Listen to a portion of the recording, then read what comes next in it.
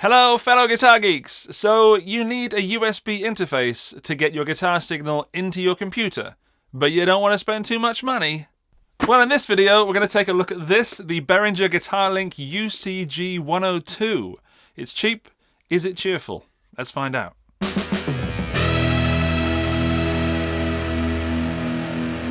We are truly living in a golden age of guitar playing because things have got so cheap, things have got so good, and now software has got to a point where I think it's actually not a replacement for real amps, but certainly something that is now a usable tool, be it for practice, be it for actual recording, be it for testing out new tones. But the thing is, if you want to plug your guitar into a computer, you're going to need an audio interface, and that's what this is. However, this one costs about $25, and that is a ridiculous price for something that opens up a door to a whole new world of guitar fun. So let's crack it open, let's have a look inside, see how it works, see what it does, and I'll connect it to the computer, record with it, and give you my opinion at the end. Okay then, here we go. So here's the box, the Guitar Link UCG102. Digitize your guitar. It's got the Native Instruments logo on there just there. This is quite an old product, which you can kind of tell by looking at the picture of the box. It doesn't look very 2021. However, I'm not sure how much people care about that these days. A lot, maybe? A little bit? So there's lots of nice little promo photos on the box telling us what it does. We can plug in and rock out. Can I get that in focus? There. We can plug in and rock out. We can capture our performances. We can customize the sound. And we can get serious. Alright, let's crack it open. Oh. Here we have a series of manuals, series of paperworks. We don't need those. There is a CD. Guitar Combos, Native Instruments, Behringer, the UCG Volume 1. That is going to be out of date. So on here it actually says minimum system requirements, Mac 10.4 or a G4. Windows XP Vista 32. Vista, remember Windows Vista? And a Pentium. So I guarantee that's going to be out of date. There is the unit. And that's very, very portable. Small, no bigger than it needs to be. And plastic, but seems sturdily built. Okay, I'll get my computer and then we can plug it in, test it, see if it works, see if there's any issues, and evaluate how good it is. I'm going to be using this, which is my new M1 MacBook Air, and this is really a clash of new school technology and old school technology. So because it's a MacBook, I now need to use a dongle, thanks Apple, but I'll plug it in and hopefully it will work. I've got USB 3 and USB 2. That is not USB 3 because it's so old, so I'm going to go for USB 2, and let's plug it in and see if it works. Actually, before we dive into it, let's talk about software for a moment. It does come with some free software on that CD, but I've had a look at it by digging out an old computer with a CD drive with it, and the software is so old that it won't run on any of the computers I have, and probably not any computers that you have. But the good news is the downloadable software is still downloadable. Number one, Audacity. There's a link in the video description. That's free. You can record with that on Mac and PC. Number two is the Native Instruments guitar rig, or some version, some old version. You can get stuff for free these days. You can get Guitar Rig 6, sort of a demo version.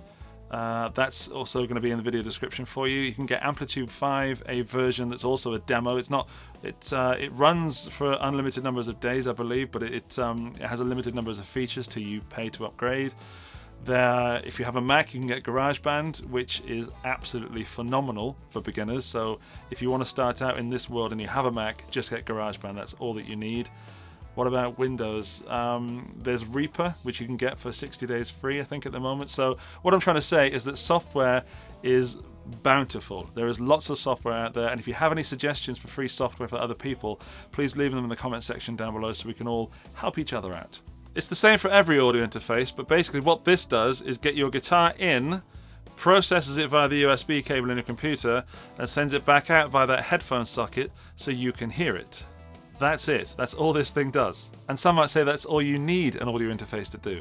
But this is cheap. I want to know how good it is and how well it does deal with the sound. So First things is Logic is loaded up. I've selected in my preferences the USB audio codec. It won't say Behringer, it won't say Guitar Link, it says USB audio codec because that's the driver.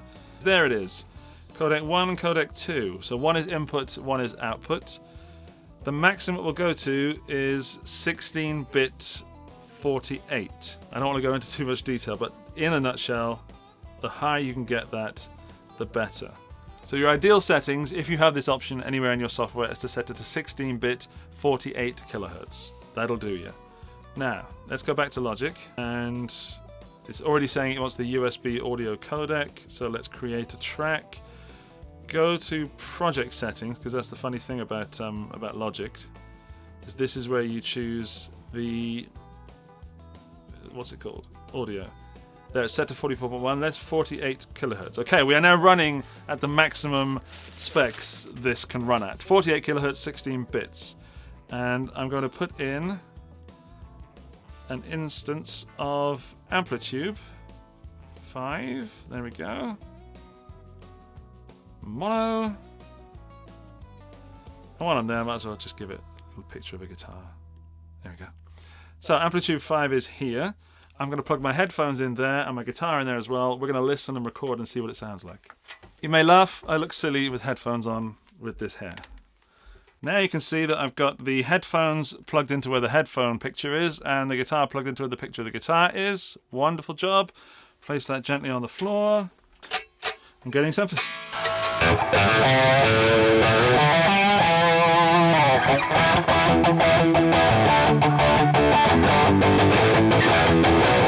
Got a high and low switch on there, and high is for when the guitar input is high, so here it is high. If I switch that to low, it lowers the signal going into the computer.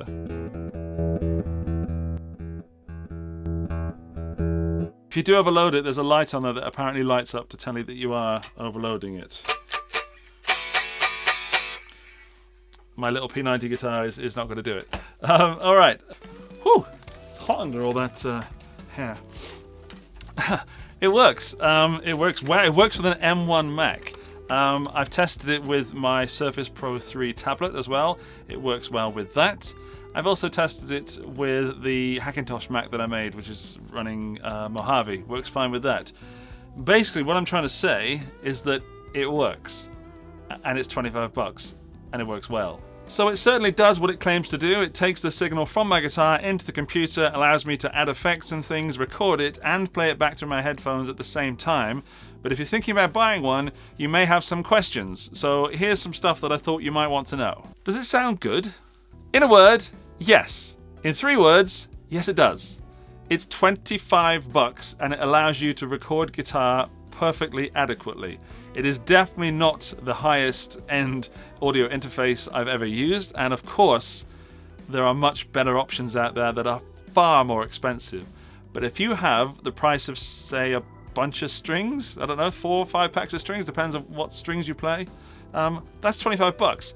You can open up your world. Or if you've got an audio interface at home, you could add this to your mobile rig, to your laptop, or even it works on iOS and some versions of Android. That's impressive. You need an adapter, of course, but so that's going to cost extra money, maybe another tenner or something. But $25, that gives you the world of guitar recording and practice. How's the latency? When we play guitar through an amp, the guitar converts the signal into electricity and then into the amp, and the amp does all its magic and then puts it out the speaker back as sound. And that's a very basic explanation of how an electric guitar works. But the point is, it sounds instant. It sounds like when you play that note, it comes back at you instantly. It doesn't, but the time it takes is so minuscule that we don't notice it. So our ears are not instantly sensitive. Latency comes into play when you're doing things with computers, because you're sending an audio signal in, and then this is converting it, and then your computer is processing it, and then it's converting it a second time to send it back to your headphones or whatever. That takes time, that takes processing power, and that's called latency. This got to a point where I was comfortable playing with it. I could still sense there was a tiny little delay, but it was so tiny that I didn't really notice it once I'd started playing. And if you're just new to this, don't worry about it, that'll do you perfectly fine. Which headphones should I use? That's a good question, because I've seen people complaining online that this thing distorts. So when I was researching making this video, people were saying that it was distorting when you turned the volume up. That's actually not this, or mainly not this, it's the headphones that people have plugged into it. So this outputs, Geek Alert, 50 ohms. If your headphones are not 50 ohms and above, you'll overload those headphones. So if you're using Apple EarPods or some kind of mobile phone, smartphone, cheap headphones, the chances are when you boost that to the maximum, you're going to blow those headphones and it's going to start to distort, and that's going to be bad. So it's not actually that, and it's not your computer, it's not your guitar, it's your headphones. I recommend using some studio grade headphones that are still affordable, and I'll make sure that I put links to those down in the video description, and they're really probably about the same price as that. You will get away with using cheap headphones, just don't crank that all the way up. That's all you got to do.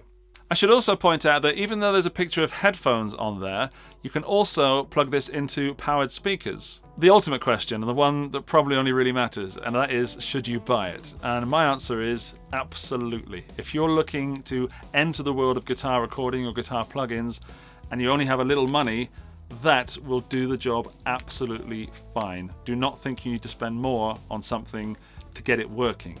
It isn't the best sounding, but it does work. The latency is low enough so that it does work, although your mileage may vary on that depending on your system settings, your computer. However, with the right settings and a little bit of working, there's no reason this shouldn't do you for practice and or some home demo recordings. I like the fact that it's got everything you need and nothing you don't. The simplicity is beautiful. There are no confusing knobs on there that might add things and add confusion to people that don't know what this kind of thing is.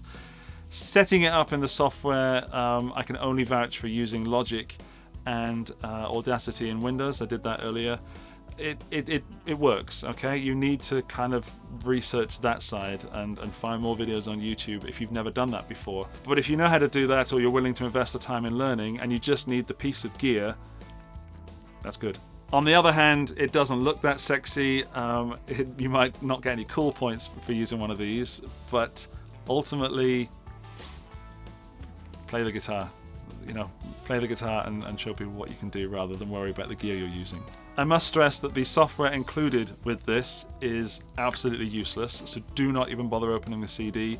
Rely on the fact that Behringer have gifted you a free coaster to use on your desk and keep the coffee rings off your desk. That being said, you can download Audacity for free still with Mac and Windows, so you can record absolutely. Plugins like Amplitude, Neuro DSP, Guitar Rig, they all offer free versions. Some are time limited, some are feature limited, but there are many softwares out there for plugins. In fact, if you know any, please let us know in the comments free software for guitar plugins, because then we can share the knowledge and share the wealth of free gear. There are alternatives, so this is 25 bucks. I don't think you can get anything much cheaper than this, put it that way. That's my recommendation for the low budget. If you want to spend more money, then you've got things at about 75 bucks. You've got iRig HD 2, which is a similar thing, but maybe with higher quality parts, I don't know. Maybe I should make a video and test it. I've also tried out the Apogee Jam Plus, and that's very good, but that's 150 euros.